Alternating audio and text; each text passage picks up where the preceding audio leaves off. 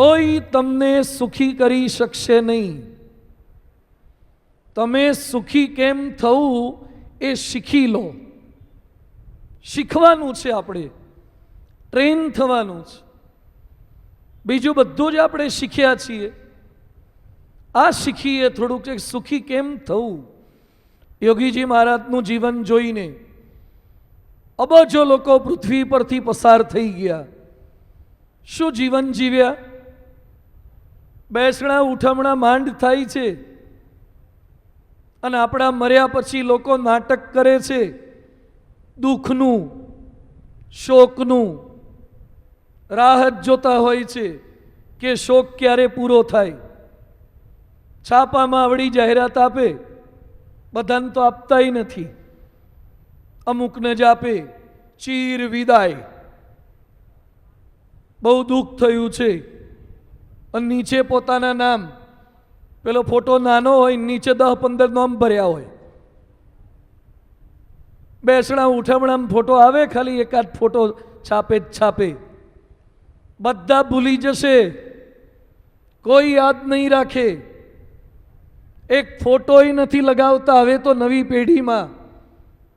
પહેલાં તો આપણે રિવાજ હતો ઘરમાં આંબો લગાવે.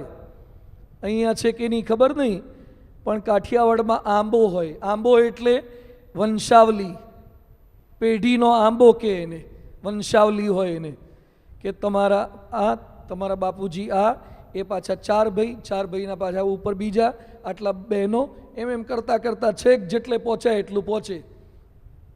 5-7 પેઢીનું હોય. હવે તો પૂજ્યો છોકરાઓને કે 5મી પેઢીએ તાર બાપા કોણ હતા. એક છોકરો, એના ઘરમાં દાદાનો ફોટો હતો. તેન પપ્પાન કે daddy who is this uncle. તેના બાપા કે એના નામનો દસ્તાવેજ છે. એના નામનો દસ્તાવેજ હતો ને એમાંથી જ આપણા નામે થયું છે. ભૂલી ગયા. 3જી પેઢી નામ યાદ નહીં રાખે. નામ લખાવો વાસણ પર. હવે રિવાજ ગયો. પહેલાં તો વાસણ પર. ગુજરાતી લોકોની એક ખાસિયત, રકાબીઓ પર નામ મેં તો વાંચ્યા છે. પેલી સ્ટીલની રકાબી પહેલાં પીતા. આ પેલી ચિનાઈ માટીની નહોતી, સ્ટીલની આવતી. સ્ટીલના કપ આવતા, સ્ટીલની થાળીઓ, વાડકાન, વાહણ, બધા વાહણ પર પેલું ડ્રિલિંગ મશીન જેવું આવે ને, ટેટા કરવાનું એવું મશીન આવે, તેના પર નામ લખવાના.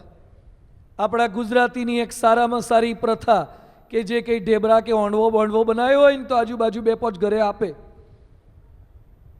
અને એમાંય ખીચી બનાવવાની સિઝન શરૂ થાય ને, પાપડ કે પાપડીની, તો અઠવાડિયા સુધી ઘેર ખીચો જ આવે. હા, જે બોર્ડની પરીક્ષાના રિઝલ્ટ આવે તો પેંડા જ આવે. આજુબાજુ જેટલા રહેતા હોય ને પાસ થયા હોય 2-2 પેંડા, 4-4 પેંડા આપી જાય. આ ગુજરાતી લોકો ખવડાવે, બીજા લોકોને 2-5 ઘરે આપે. આપે એ સારું, પણ પાછું વાસણ ટાઈમે માગીએ લે. અને જો પેલા ના આપે ને એને ના મળે ને તો એના ઘેર જઈને ઘોડામાં જઈને હોધી આવે કે અમારું નામ લખેલું છે. અમારા મંદિરમાં ઘણા ડબ્બા આપી જાય ને, આમ બધો ડબ્બો મોટો આપ્યો હોય કે મિષ્ટાન સારું આપ્યું હોય ઠાકોરજી માટે, સંતો માટે, પણ એક ડબ્બો આગો પાછો થયો ને તો જાણે ટ્રેનનો ડબ્બો ચોરાઈ ગયો હોય ને. આ તારા ડબ્બામાં ટ્રેનના ડબ્બા જેટલો માલ ક્યાં ભર્યો તો હવે? તોય મારો ડબ્બો ખોવાઈ ગયો. એક ડબ્બા પર નામ પાછું લખ્યું હોય. હવે તો નામ લખવાના જમાના જ જતા રહ્યા. કશું ડબ્બાઈ નથી. આ બધું હવે મેલામાઇનનું આવી ગયું. મેલામાઇન જ કહે છે ને. આ ભંડારી બેઠા છે. હા, મેલા લોકો આવે ને માઇનવાળાએ ખવડાવવાનું.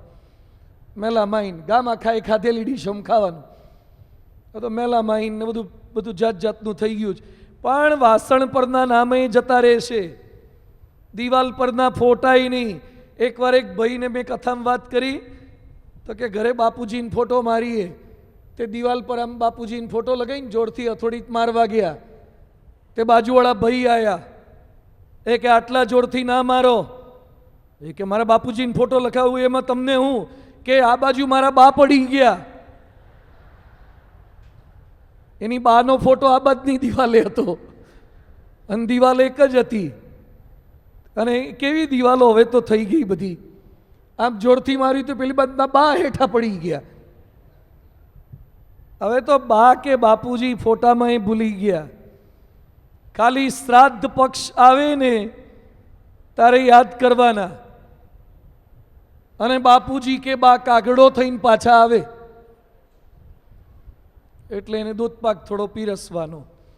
કારણ કે જીવતા તો ચાય નો પાઈ હોય, એટલે મર્યા પછી એને દૂધપાક પાવાનો, ખીર પાવાની. થોડું વાતાવરણ બદલાયું છે, પણ ચિંતા ના કરતા, તમે તો સલામત છો. જે અસલામત હોય બધા થોડાક અંદર આવી જાય, પણ બહાર વાતાવરણ તો આવું જ રહેવાનું, અંદરનું વાતાવરણ બદલવાનું છે. મહાન સ્વામી મહારાજે 12 અક્ષરધામ કર્યું, પછી સંતોની શિબિર, યુવકોની શિબિર, કાર્યકર્તાઓની શિબિરના ટાઇટલ જ આપી દીધા, અંદર અક્ષરધામ. એ જાણે છે કે ખાલી બહારના અક્ષરધામ કામ નહીં લાગે, અંદર અક્ષરધામ કરવા પડશે.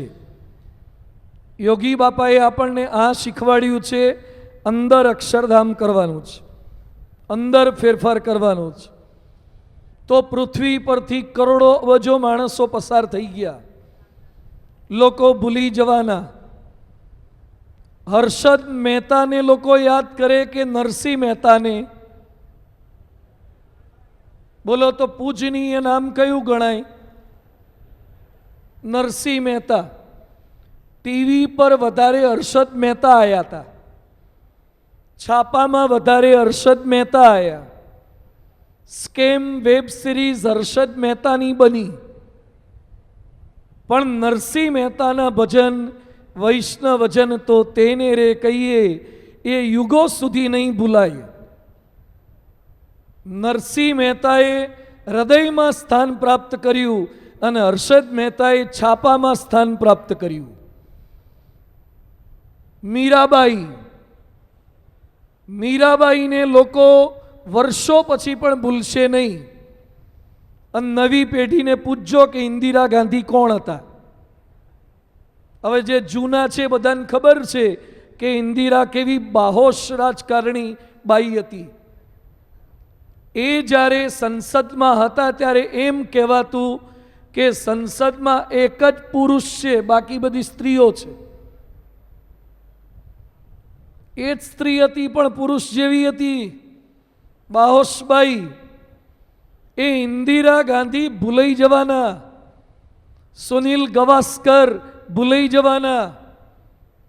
અહીંયા બેઠેલા જૂના જે હરિભક્તો છે એ અશોક કુમાર, દેવાનંદ, સંજીવ કપૂર કે સંજીવ કુમાર, કિશોર કુમારના જમાનાના છો.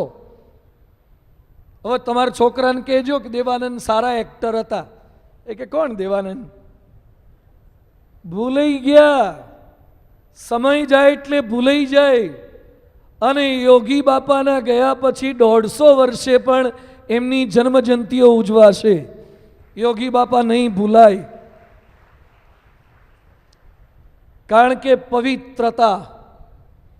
પવિત્રતાથી તમારા ડીમાર્ટ પર, બિગ બજાર પર, ઇસ્કોન પ્રોઝોન મોલ પર જેટલા હોર્ડિંગ લાગ્યા હશે એ બધા જ 2 મહિને, 5 મહિને, 10 મહિને કે વર્ષે ઉતરી જશે, બદલાઈ જશે.